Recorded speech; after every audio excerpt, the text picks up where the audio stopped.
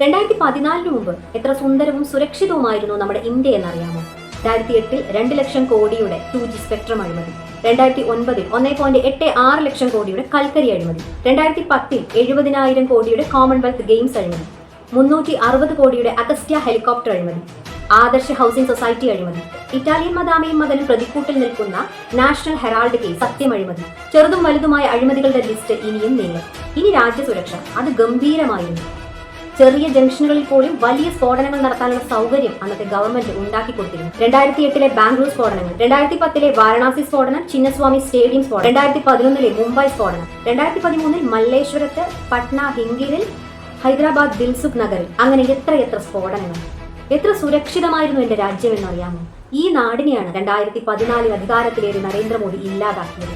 ആ സുവർണ ഇന്ത്യയാണ് ആ മനുഷ്യൻ നശിപ്പിച്ചത്. പ്രിയപ്പെട്ട ജൻസി, മോദി അധികാരത്തിലേറുമ്പോൾ ഇവിടെ ലക്ഷക്കണക്കിന് ആളുകൾക്ക് കക്കൂസ് പോലും ഇല്ലാതിരുന്നു. എവിടെ ചിന്തിക്കുന്നുവോ അവിടെ ശൗചാലയം എന്ന് നിങ്ങൾ കളിയാക്കി വിളിക്കുന്ന കക്കൂസ് നിർമ്മിക്കാൻ ഒരു പദ്ധതി പ്രഖ്യാപിക്കേണ്ടി വന്ന രാജ്യമാണ് ഇന്ത്യ. വീട്ടിൽ നിന്ന് ഇറങ്ങുമ്പോൾ പേഴ്സ് എടുക്കാൻ മറന്നാലും GPay ചെയ്യാമെന്ന കോൺഫിഡൻസ് നിങ്ങൾക്ക് തന്ന രാജ്യമാണ് ഇന്ത്യ. ഡിജിറ്റൽ പേയ്മെന്റ് സിസ്റ്റം ആദ്യമായി പാർലമെന്റിൽ അവതരിപ്പിക്കുമ്പോൾ മുൻ ധനകാര്യമന്ത്രി P. ചിദംബരം ചോദിച്ചു, ഒരു ചന്തയിൽ പോയി 1 കിലോ തക്കാളി വാങ്ങിയാലോ, ഒരു ചായക്കടയിൽ പോയി ഒരു ചായ കുടിച്ചാലോ എങ്ങനെ ഡിജിറ്റൽ പേയ്മെന്റ് ചെയ്യും? കടക്കാരൻ കാർഡ് സ്വൈപ്പ് മെഷീൻ കയ്യിൽ കൊണ്ട് നടക്കണമോ എന്ന്.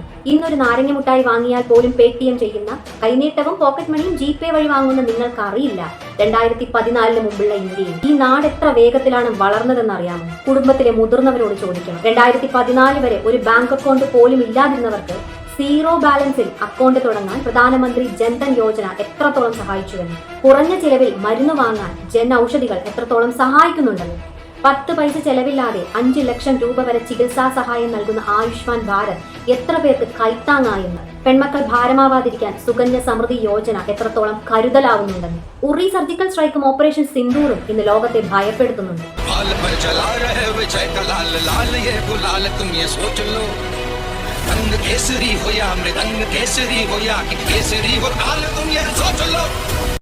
അതിർത്തി ഭേദിച്ചാൽ ഭാരതത്തിലെ ഒരു പൗരനെ തൊട്ടാൽ ഇനി കയ്യും കെട്ടി നോക്കി നിൽക്കില്ല എന്നും അവന്റെയൊക്കെ അണ്ണാക്കിൽ വെച്ച് തന്നെ പൊട്ടിക്കുമെന്നും അവർ പറഞ്ഞു.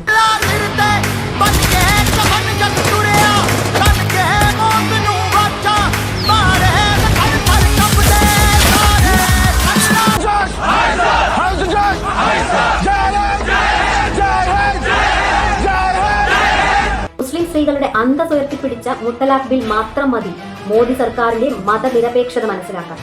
ഗംഗ എക്സ്പ്രസ് ഹൈവേ, കാശി വിശ്വനാഥ് ഇടനാഴി, ജമ്മു തുരങ്കം, ചെനാബ് പാലം, Aadhaar linking, fast tag, well maintained എയർപോർട്ടുകളും റെയിൽവേ സ്റ്റേഷനുകളും, വന്ദേ ഭാരത് ട്രെയിനുകൾ, സൗജന്യ റേഷൻ, GST, COVID-19 ലോകം മുഴുവൻ പകച്ചു നിന്നപ്പോൾ ഇന്ത്യയിലെ 140 കോടി ജനങ്ങൾക്ക് സൗജന്യമായി എത്തിച്ച വാക്സിനേഷൻ ലിസ്റ്റ് ഇനിയും നീളും. പ്രിയപ്പെട്ട ജൻസി, നിങ്ങൾക്ക് മാധ്യമങ്ങളും പെയ്ഡ് സോഷ്യൽ മീഡിയ ഹാൻഡിലുകളും വാഴ്ത്തിപ്പാടുന്ന രാഹുൽ ഗാന്ധിയെ അറിയും. അങ്ങേരുടെ കുടുംബം നശിപ്പിച്ച ഇന്ത്യയെ നിങ്ങൾ കണ്ടിട്ടില്ല. ആ ഇന്ത്യയെ അന്ന് സങ്കല്പിക്കാൻ പോലും കഴിയാത്ത സാഹചര്യത്തിൽ നിന്നും ഇന്ന് ആഗോള ശക്തിയാക്കി വളർത്തിയെടുത്തത് നിങ്ങൾ അങ്കിൾ മോദി എന്ന് വിളിക്കുന്ന വ്യക്തി തന്നെയാണ്. CJPക്ക് വേണ്ടി ഡൽഹിയിൽ നിമിഷ നേരം കൊണ്ട് പാഞ്ഞെത്താൻ നിങ്ങൾക്ക് കഴിഞ്ഞത് ഇവിടുത്തെ എയർപോർട്ടും റെയിൽവേ സ്റ്റേഷനുകളും അത്രയധികം വികസിച്ചത് കൊണ്ട് തന്നെയാണ്. 2014 വരെ ഇന്ത്യ ഭരിച്ച കോൺഗ്രസിനോ മറ്റു പ്രതിപക്ഷ പാർട്ടികൾക്കോ കിട്ടാത്ത പ്രശംസ ആഗോള തലത്തിൽ മോദിക്ക് കിട്ടുന്നത് നിങ്ങൾക്ക് വിശ്വസിക്കാൻ കഴിയുന്നില്ലെങ്കിൽ അത് നിങ്ങളുടെ മാത്രം കുഴപ്പമാണ്.